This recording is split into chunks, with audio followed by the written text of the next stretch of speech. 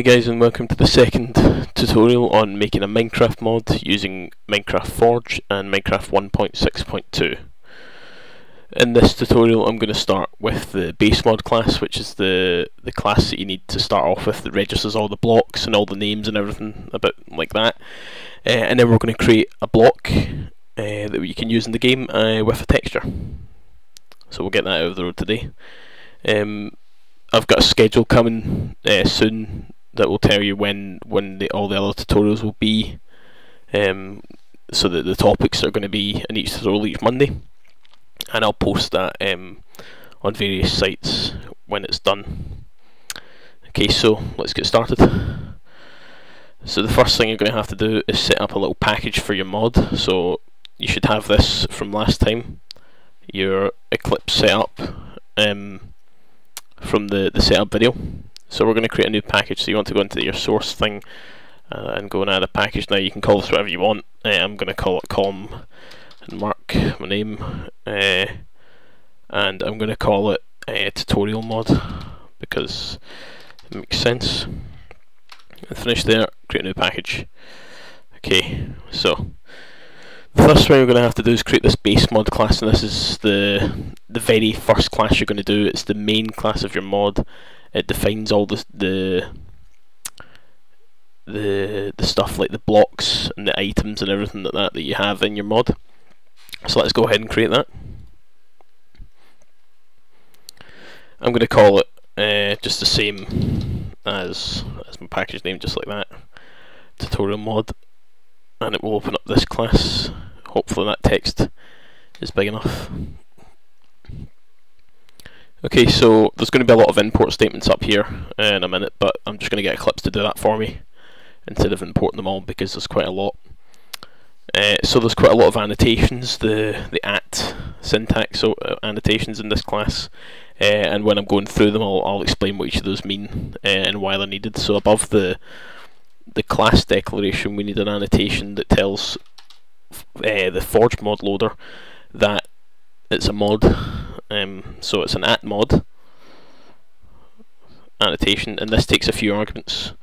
So it takes an argument called mod ID, which is a unique ID for your mod. Now this is something that you set up. It should always be in lowercase letters, and after you've made this, you can't change it because you'll get into a lot of problems.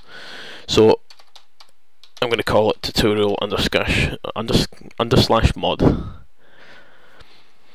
It also takes a name, which is a human readable name to do with the mod, so I'm going to just do the same kind of thing, only I'm going to make it look nice, tutorial mod. And it also takes a version. The version is also in quotes.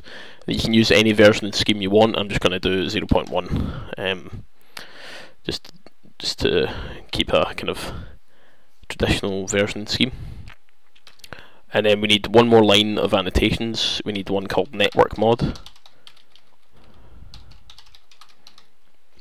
This tells Forge what to do if the mod is installed on a client or if the mod is installed on a server. This takes a couple of arguments as well, one called client side required, and each starts with a small letter and each subsequent word starts with a capital letter, as is the usual in Java names. Client side required tells Forge what to do when the client has the mod, and that should always be set to true. And the other one is server side required,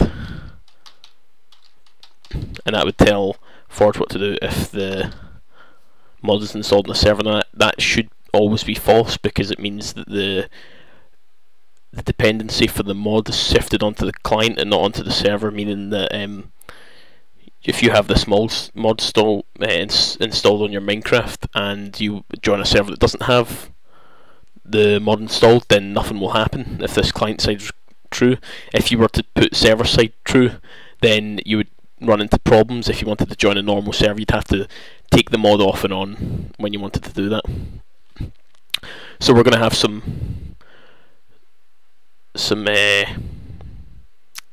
errors here, and I've just realised that I've not put version equals and name equals here. Apologies for that. So that's the way it should look. Okay, so we're going to have some red lines because we need to import some stuff, so you just need to go over it until it lets you do this.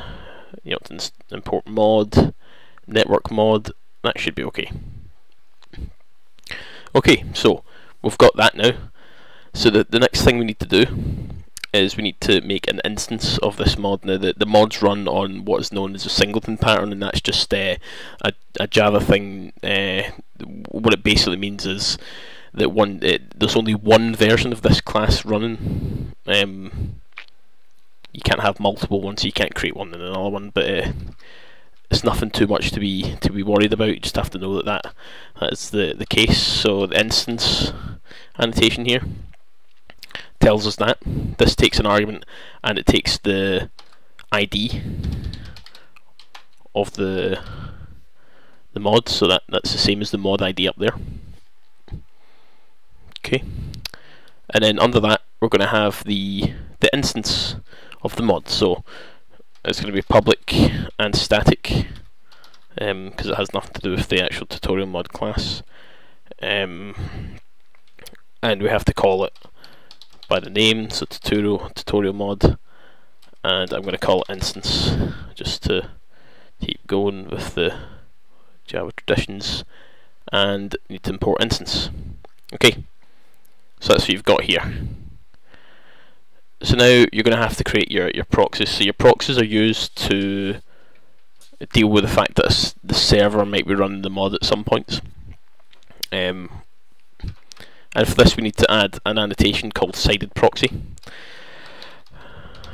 The sided proxy is the thing that Forge uses to decide which class to load, depending on if the mod's running the client or the server. And this is either the client proxy or the server proxy, and we're going to create those in a little minute.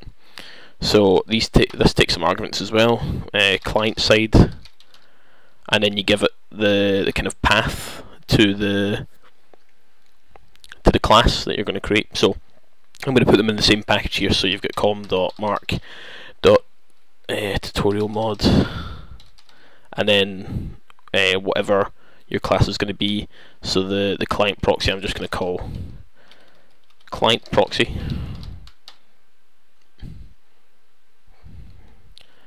And it also takes one called server side, so I'm going to put this in a different line so this you can see it all at once.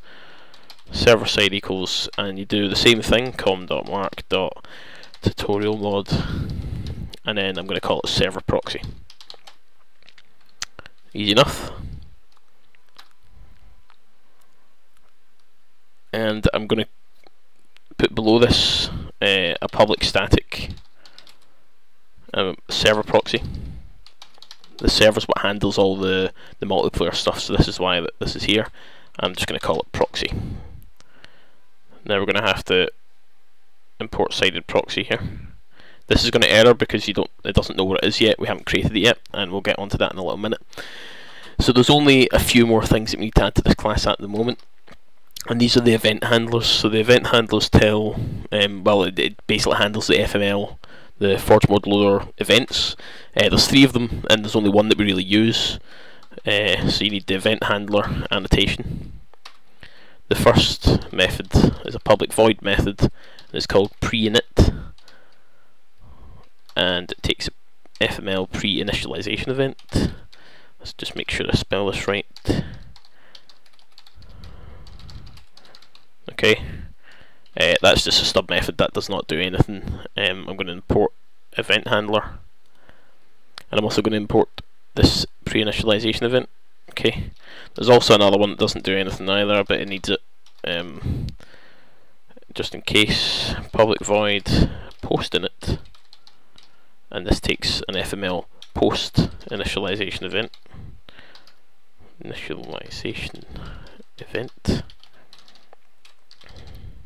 And yet again, this is a stub method because we're not going to use it here.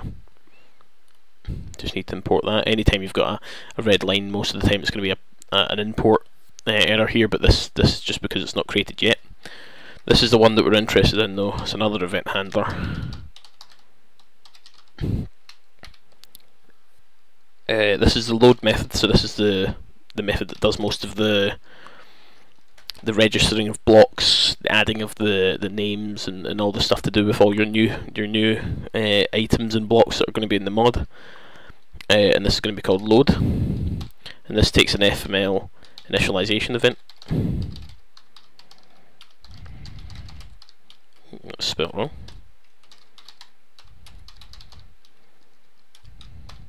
The only thing we're going to put in here at the moment is we're going to do the proxy.register register renderers.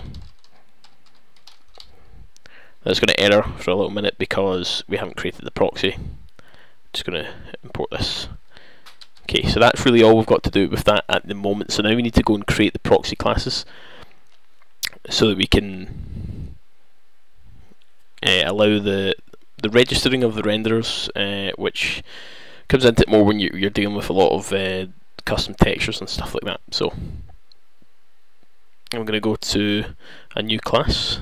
So I'm going to create a client proxy. Actually, I'll create the server proxy first. I think that makes more sense to do it in that way. So the server proxy, this is really a kind of stub class. There's not much in it at the moment. The only one thing you need to do is put a method in here that's called register renderers. And if you notice, that's the method that was called a little minute ago. It's just a stub method. That's like that. We need one more called client proxy, and this uses a bit of inheritance here. So client proxy extends server proxy, and that one also should have the register renderers, but we're going to have the override annotation so that the compiler knows that it's overriding the superclass. Public void register renderers. Okay, oops, stub method. Okay, so now we've set up all this boilerplate code, and this is going to be basically the same depending on which mod you're going to use. You're going to have this class that has all this, I don't really know what to call it. It's just more like default code. There's just different names depending on which mod you're going to create and stuff like that. And this stuff is the same. Unless you want to change the names of them, feel free to do that. Okay, so now we're getting into the actual stuff. We're going to create the block. So first, I would say, is to create the texture for the block. I'm going to use paint.net because it's free and easy to use. I've got this file here. It's zoomed in quite a lot. It's 16 by 16 pixels because that's the default size of a Minecraft texture. So what I'm going to do is I'm just going to make for example, I'm just going to make a block that's similar to stone, maybe kind of, let's call it mossy stone, but it's not the kind of mossy stone that you're already seeing in the game. So, I mean, the only thing you need to do is just make your texture, just colour it grey. Of course, when you're actually making your mod, you would take a lot more time to go around this and make sure they're all right, but I'm just going to make a kind of random texture. Yeah. Let's put some kind of yellow bits in it as well. This is going to look absolutely horrible. Okay. Anyway, the texture's not important. the important thing is creating the block and having the texture show up. Okay, so now that you've got the texture, you want to save it, and I'm going to put it into the right. The one thing to do is to put it into the right place to begin with, and it'll be much easier. So what you want to do is you want to go to your Forge location and into your MCP.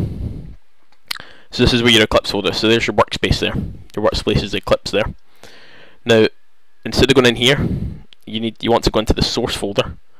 You'll see a Minecraft here. You want to go in here, and you'll see these folders. Now, this is where it gets a bit tricky, and quite a lot of people have problems putting it in the right place. But this is the way I learned how to do it. So you want a folder called Assets. If you've made any mods on 1.5 or below, that it's the same kind of thing you would have done, only that folder would have been called Mods. Inside that, you want to put your mod name. So mine is tutorial mod. It's got to be the mod ID, just to be specific on that. It's not the human readable name, it's the mod name. And inside that you want to put another folder called textures. Okay, and then we go inside this again, a lot of new folders, one called blocks, and for future reference we're going to put one called items as well. And inside blocks, this is where you want to put it. So what will we call it? We'll call it, let's call it new stone, so that it's not conflicting with any names that could possibly be in the game. So newstone.png, save that in there. Okay, so now we have our texture for our new block, and we've saved it in the correct place in our folder system. Now we need to go back to Eclipse. If I can find my mouse, there it is. And you want to go back, and now you can see that these two folders have appeared here: the assets tutorial mod textures and access tutorial mod textures. And these are actually, if I drag this out a little bit, you'll see it's blocks and items. That's when you know it's worked correctly. If you don't see that, then there's something wrong, and maybe we'll go back and try it again until you get that coming up. So now we need to create a class to hold this block, and I'm going to call it new stone, just to keep the name kind of simple. Okay, so this block is going to extend the block class, because there's a block. Extends block. You want to import block, not the first one, that's different. Net.minecraft.block. New stone will then become underlined, and you want to add a constructor. So save it doing it myself. I'm going to take this comment away because that doesn't make much sense. And that's all you really need to do for that. The constructor just takes the stuff you put into it and calls the superclass constructor on that, so it calls the constructor of block class. The only other thing we need to do in this class is to do something with the texture. This is the tricky bit of this class. So first we need an override annotation, and then below that I'm going to put a side only and put side.client. That just says that this mesh should only be run on the client side mod, and the method is register icons, and it takes an icon register. We're going to have some stuff to import in a minute, and I'm going to call it let's call it icon reg. Okay, so we need to import side only. That should go away. Import side. Import icon register. Okay, so this method is going to it's going to tell Minecraft where to look for the textures. So I'm assuming that you'll either be familiar with this, the keyword. If you're not, it just means this current class. So we're talking about new stone, and whenever the class is instantiated, whenever you have an object that is a new stone, this is what it's referring to. And we need the block icon. So this is the icon that refers to the block texture, and then it's icon reg dot register icon, and then you give it a string. This string is the location of your texture, but it's not quite the way you'd think. It goes in the form of your mod name. So my mod name is tutorial underscore mod, and then there's a colon, and then the name of your PNG file. So I've called it new underscore stone.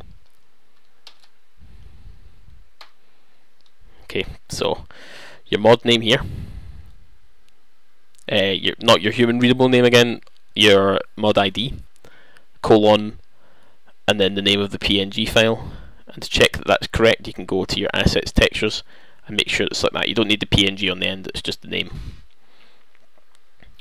Okay, so now that's all we've got to do for that new stone class, so we're finished with that. The only other thing we need to do now is we need to register the block with the mod, and that doesn't take too long. There's only 4 to 6 lines of code. So we go back to our tutorial mod class, and I'm just going to stick it under the proxy stuff before the event handlers. We need to now create a version of this block and give some attributes to it. You can do most of the attributes in the class, but I prefer to keep everything in the mod class just so that it's easier to change. I don't have to go looking for the individual classes to do all this. It has to be public, and it's going to be final, so it can't be changed. It's a block. I'm going to call it new stone, like that. Equals new stone. This is going to sound terrible because I'm saying new too much. And then the block constructor takes, as you would have seen when we imported it, an ID and a material. So I'm going to give it an ID of 500 because I know that's not been taken by anything.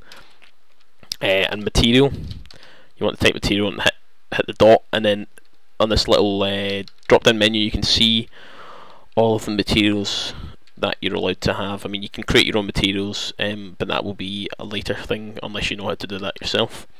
So you can have a web material, sand. I'm going to make it a rock, seeing as it is stone. And this is where you can either, if you were to put a semicolon there, that would be it, and that would be similar to putting all of the attributes in here. You could put it in here, but I'm going to put them all in here, so I want to chain the methods on. So just hit a dot and then you can start putting more methods in. So I'm going to set the hardness of this block. Now I believe that goes away from 0.5 is dirt and obsidian is 22. It's a floating point number, so I'm going to set this to 3.0 just for an example. You want to set the step sound. Shortcut for that was control and space, just in case no one knows how to do that. And then it is a field of the block class, and then you'll see all these sounds. I'm just going to do sound stone. Two more things. You want to set the unlocalized name. This is the internal name for the block. This should be the same name as your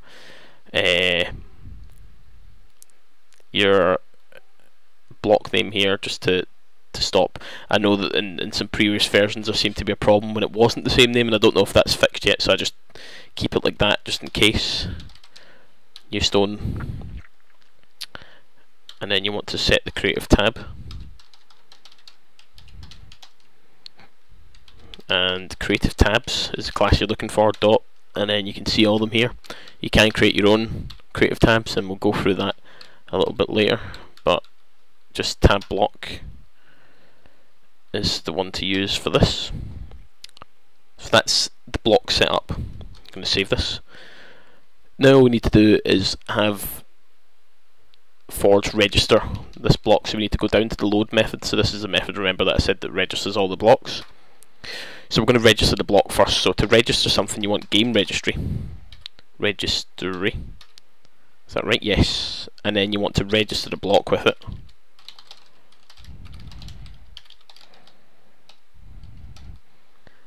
And then the first argument you give this method is the block, so we've called it new stone up here, like that.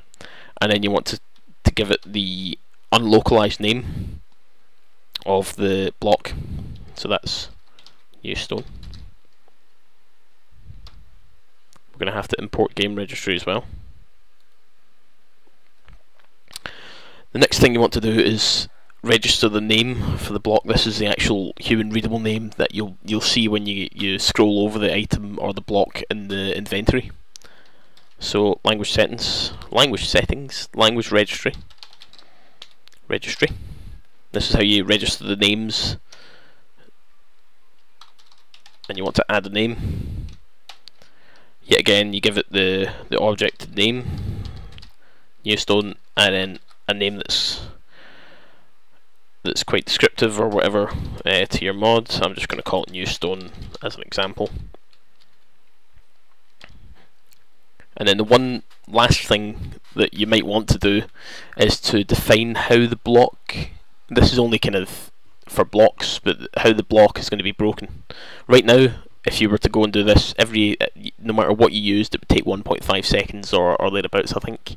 No, sorry, it depends on the hardness, so it would take a bit longer than that to break. But you can tell it. You can tell Forge what you want the player to harvest the block with. So Minecraft Forge has quite a nice method called set block harvest level. There we go, I'll just click on that. The block is going to be new stone. The tool class is a string, and you can have pickaxe, shovel or axe. Now seeing as it's stone, I'm going to make a pickaxe. That would be handy. And the harvest level is a number between 0 and 3. 0 is wood, 1 is stone, 2 is iron, and 3 is diamond. I'm going to make it so that you can mine it with a wood pickaxe if you wanted to. Just to make it easy to harvest, and that's it. And there's all the imports up the top. That's why I wasn't going to type it in. It's quite a lot, and Eclipse does it for you, so it's quite handy to have it do it for you. So just before I test this out, it might be handy to go over what we've done. So we created a new package, and we called it something meaningful. And inside this we created a tutorial mod class. This is the main class. We've got all these annotations that have certain meanings that I discussed earlier, and some proxies which we created. We created a server proxy and a client proxy to handle the kind of multiplayer essence of the mod. We then went and we created a texture. It is a texture. It's not a very good texture, but it's good for the purposes of showing you how to do it. Please take more time than I did to make the textures and make them look nice. After we created the textures, we put them in the right folder. So just to go back over that, it's wherever your Forge location is, into your MCP. So just before you get to your workspace Eclipse, source, Minecraft, then you want to create an assets folder. Create a folder that's the same name as your mod ID, the unique unchangeable mod ID, textures, and then you've got two folders, one for blocks, one for items. Inside blocks you want to put your PNG file, and remember what you've called it, because you're going to have to deal with that later.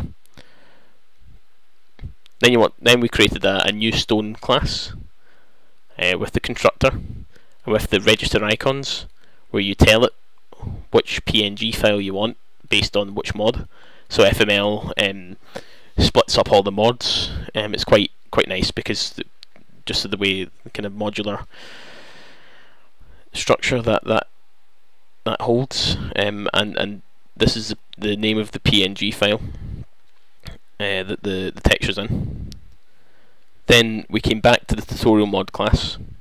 We added the block, and we set the hardness and the sound, the name that is used internally, and the creative tab so we can get to it. And inside load, we registered the block with game registry. We added the human readable name of the block with language registry, and we also told Forge how it can be harvested using set block harvest level. So that should be all that we need to create a block.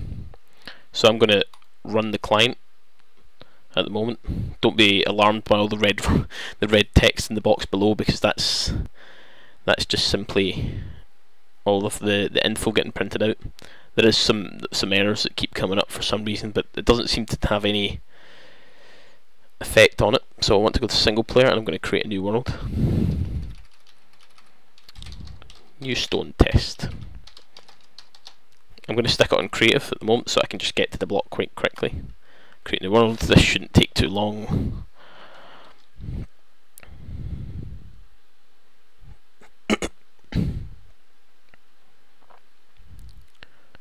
And we're in almost.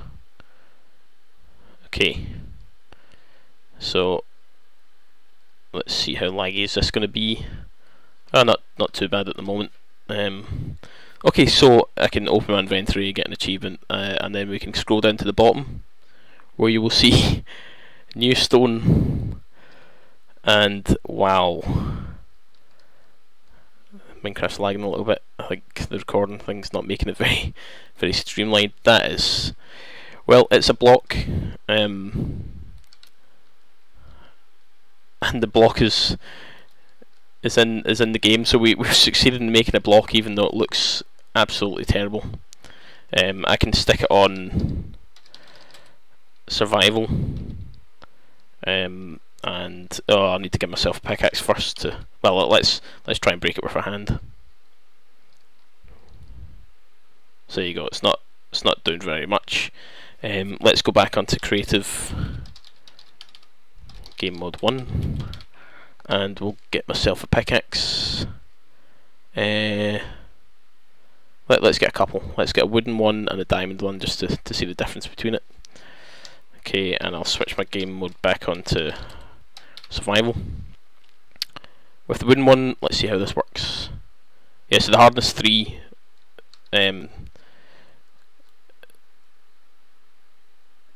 does work quite well with the wooden pickaxe, and it drops us the block back when we mine it.